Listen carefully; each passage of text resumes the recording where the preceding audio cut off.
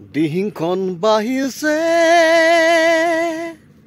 চেঁচা ফেনে ফুটুকাৰে বুকুত লৈ খাগৰি জাজি। নমস্কাৰ ৰাইজ, এই লাষ্ট বাৰিষা আকৌ পানী বাঢ়িলে। ইতিমধ্যে শাৰদীয় দুৰ্গা পূজা আহি আছে, পালেহি কালি পৰহিলে।